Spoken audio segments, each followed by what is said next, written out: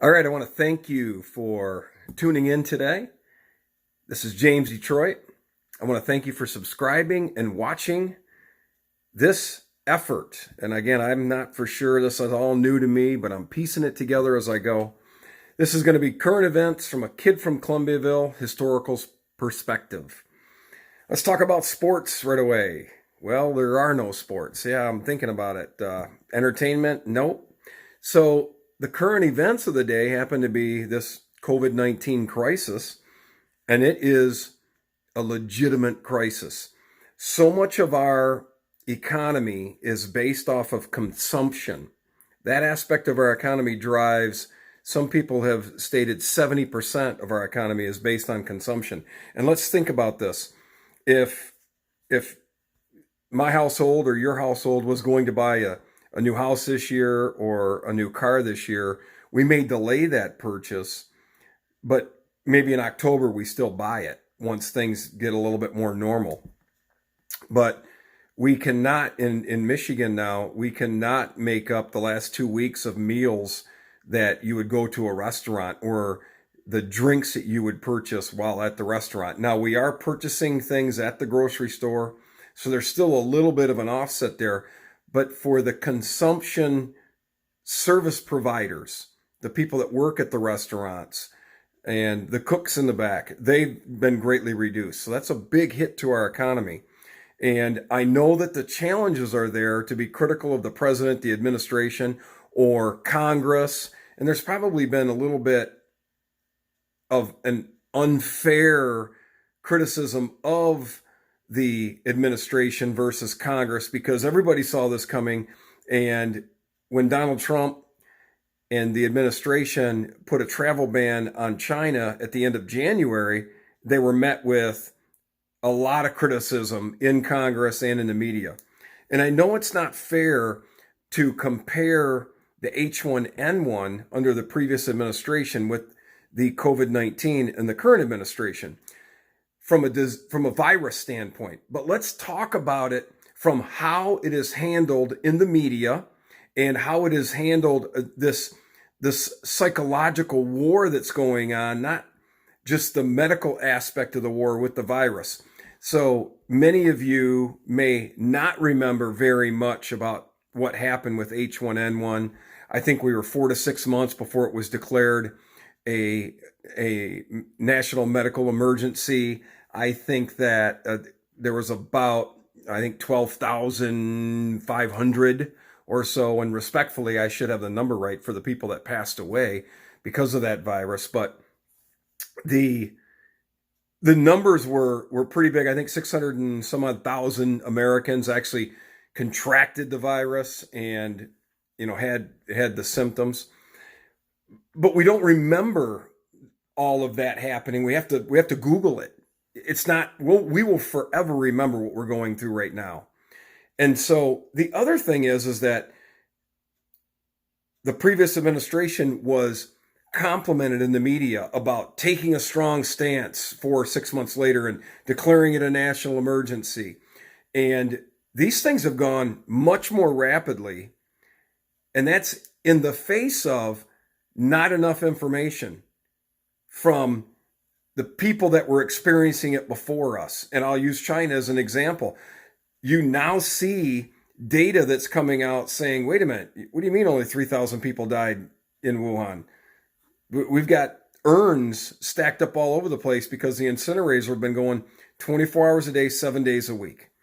We don't know what the facts are, so I'm not going to speculate that, but it definitely looks like there's two different approaches from the media on how to handle this. One is pretty much all criticism to the current administration. This is our president. We are the United States of America. We defeat this in a much better manner if we are united as the United States of America. So I'm encouraging everybody, if you can hate the president if you want to, that is your choice as an American. You can dislike the president, but let's band together and defeat this enemy, which there's also a war going on against our economy, and we're all feeling that. And this, the challenges are leading into this virus, I think our hospitals, I've been reading, are 85, 90% capacity without a catastrophic incident happening like this. So, of course, we're not going to have enough beds. Again, how was this handled with the previous administration? From 2003 to 2015, there were no less than 10 commissioned by the government reports. That means the government's paying somebody to tell us what we need to know, including the pandemic office of the White House under the Obama administration after the H1N1. And by the way, you can look it up.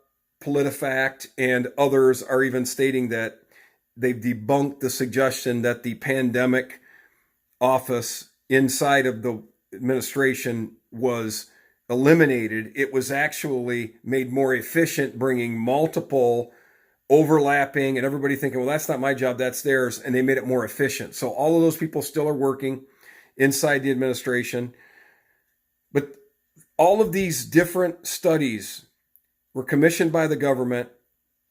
Our Congress knew about it. 10 of them, at a minimum, stating we were not ready for the next pandemic. And pandemics have been a part of human existence, so we know they're coming. We are so good in the United States, like with the H1N1, to be able to stay ahead of something like that, and only having 12,500 or so people pass away because of that virus. We're so good at that we think this isn't going to happen again to us. We don't need to worry about it. We now realize we do need to worry about it. We're going to get through COVID-19. We're going to have a significant loss of life. I believe the 2017-2018 flu season, and again, all these numbers, whoever's reporting them, but in the United States, we had between 65,000 and 85,000 deaths with the 2017-2018 flu season. We did not remember, that was the worst flu season on record since the Spanish flu of 1918 in a long time, or the Hong Kong flu, I should say, in 1969. But we do not remember these 2017-2018 being extremely bad, and we did not shut down the economy because of that.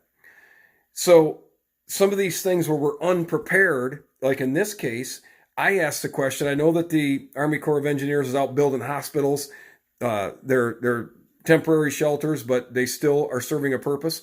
What about all of the hotels? The hotels, we know, the hotel industry is vanishing as we speak. What about converting hotels into hospitals? It's already, the structure's already there. The rooms are already there. The beds are already there. Bring in some equipment.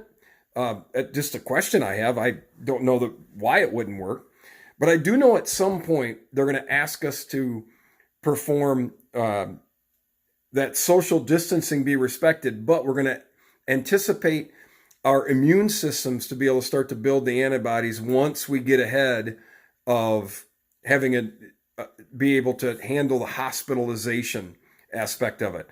And I'm going to ask another question. If we're going to need that herd immunity to kick in, and we're going to need randomized vast testing, how would we best be able to do that? I'd like to see the government not spend additional money, and I'm hoping that they will listen to this suggestion, or maybe somebody could explain to me why it would be a bad idea. But in my opinion, once we're ready for that, we open up all the bars and we simply ask everyone to stop by at the bar.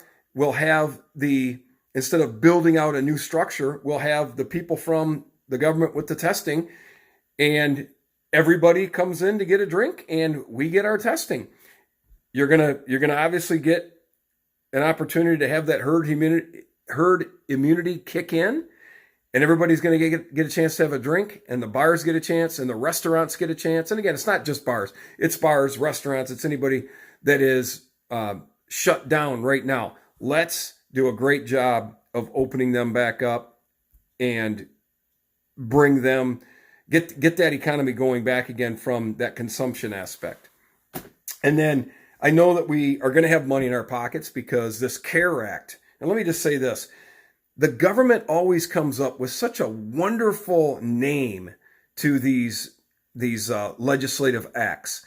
883 pages later, 883 pages later. I assure you, none of the elected officials read all 883 pages prior to voting on it. And I'm going to actually give a shout out to the representative in Kentucky who wanted the United States Constitution followed. And we still got a voice vote in the House with the 216 members that were present. And nobody's on record as whether or not they voted for it or not. And I think that was a political decision, so that you don't have to, because this 2.2 trillion, this is going to end up being between $6 and $10 trillion. So it's great that they're sending us the $1,200. I figured, and I've been on record of saying this, anytime, because it's my money, it's your money. So we send that money in and they're going to send us back $1,200. What's it really going to cost me? I'm thinking $1,800. Somebody notified me the other day, somebody's already done a study, people much smarter than I am, $17,000 per taxpayer is what that's actually going to cost us to get $1,200. So when the rest of the world and the United States is now entering into negative interest rate territory, but when the rest of the world, when Japan and Germany and other countries are experiencing negative interest rates, what does that mean? That means that the lender pays the borrower to borrow the money, and that's negative interest rates. We're about to start experiencing that on a mass scale, never before seen, just due to this particular crisis. And then we're just blanketly sending out, and I know that there's going to be government workers and teachers that I have that are friends in those professions that are really going to take exception to this, but we're going to blanketly send out $1,200 checks to anybody, based on anybody who made $75,000 or less, up to $99,000. You get a proration, and a family of $150,000. And it doesn't matter if your life has changed at all. Again, I believe it's disrespectful to the people, no fault of their own, who can't work, and we cannot figure out a way to just get them the $1,200 check quickly. I know that when FEMA decides to pay people because there's a hurricane or a natural disaster, they're able to do that very, very quickly and very efficiently. We should be able to tell as a federal government who should get these checks and who shouldn't. Because if you're a teacher, your life hasn't changed at all, other than you're still going to get your 26 pays each year if that's how you decide to get paid. And you don't even have to go to work now. And a government worker who's now working at home, from home, or not at all because it's not essential, but still getting the check. I know that there's a lot of us out there whose income has drastically changed, and we're hoping that the federal government does come through and allow small business loans at very low interest rates that allow access to the money. I know that in talking with the local banks that are actually regional and national banks are saying it's going to be Thursday or Friday of this week before they actually get the details on how they can start to distribute it. I saw Larry Kudlow in one of the press conferences explaining, if you're a small business and you work with your local banker, go to your local banker. They're going to have all the details. Okay, so we'll see how that happens. But hopefully this does. And I think Governor Whitmer here in Michigan has stated that if you're a freelance person, if you're a 1099 person, if you're self-employed, that there's going to be opportunities to be able to supplement the income, which is important. But again, we just throw money at it. And the other thing in this CARE Act is, I know that there are industries that it's believed that we need to support during these tough times. And I do think that the oil industry brings up a great example. These independent and smaller, not the big companies, but the smaller ones that help to drive down keep the costs low. And I just know that the taxpayers have sent this money to Washington, and they're going to send it back to us, and they're going to ask for more money later. And how's that going to happen? Well, we know that one of the laws are that for every action, there's an equal and opposite reaction. That's a law of physics. And what we're going to see, and we're seeing it right now, in asset prices as well as the dollar, U.S. Treasuries, We see a deflationary period. I'm witnessing it, and I'm not an economist. I'm not a 50-year student of the markets. But what I'm witnessing, because I can read, and I'm witnessing deflation at an incredible pace. Then they're going to print this money, which again, I read $125 billion a day they're printing right now. I can only figure that for every action, there's an equal and opposite reaction: deflation, inflation. So for those of us who are old enough to remember inflation in the 70s and 80s, I remember the government bonds, the savings bonds that we used to get when we were kids. And the interest that was earned in 1981 was crazy. Of course, you were paying 12% on your home loan, but you were earning 16% on the savings bond. And again, because I know how people are. Well, those numbers are wrong. Those are approximate numbers, but they were crazy in comparison today. So I'm not giving advice, but I am saying, based on that, for every action, there's an equal and opposite reaction. I'd say that from a market standpoint, from an investment standpoint, what do you do with your money?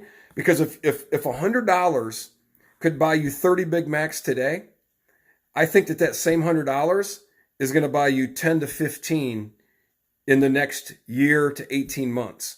That's the kind of inflation that I think we're about to experience. Now, we have not experienced inflation for so long, a lot of people forget about it. Well, it's real. It's happened in many other countries. It's happening on a regular basis. It's happening in Venezuela. It's happening in Argentina. There's a lot of places that it's happening. So I'm not giving advice. I can share with you, though, what I think is a good idea. And what I think is a good idea is what I'm doing, what we're doing, people around me are doing. What are we doing? Gold, silver, Bitcoin, the cryptocurrencies. We're investing locally. The thing is about investing locally, there are companies that are starting right now in our communities. And if we invest locally and we have access to the CEO, the board members, we get a chance to see in real time how that business is progressing. I just think that a portion of our portfolios should be locally because there's more accountability. Well, that's all I'm going to rattle off today. I thank you for your time. I thank you for, if you're a subscriber, I thank you for viewing. If it's the first time, please subscribe. We're also going to be rolling out the CWC podcast, which I have a great team. I have a fantastic team at Champion Warrior Consulting. We're thinking about doing the podcast. And there's some people that are in and around CWC that are going to be guests on that podcast. And we're putting together some of the shows right now. And I look forward to having you become a subscriber for that too. Listen, call somebody that you haven't called in a while. Tell them you love them. And let's make these changes that are a little bit forced upon us right now. Let's make these things happen in our daily lives to where we do call people that we love, to call them and tell them we love them. Let's wash our hands more. Let's make sure that we're more respectful in public. I mean, keeping a safe distance. You know what I got? I don't know what you got. So I think that there are some positives. There's always some positives that come out of every situation. And this crisis is a wonderful challenge for all of us. This is an opportunity that we get a chance to show character, and we get a chance to really show the world, and so many things are already happening, the power and the blessings that the United States of America we have and that we're able to give to others. I hope you take care.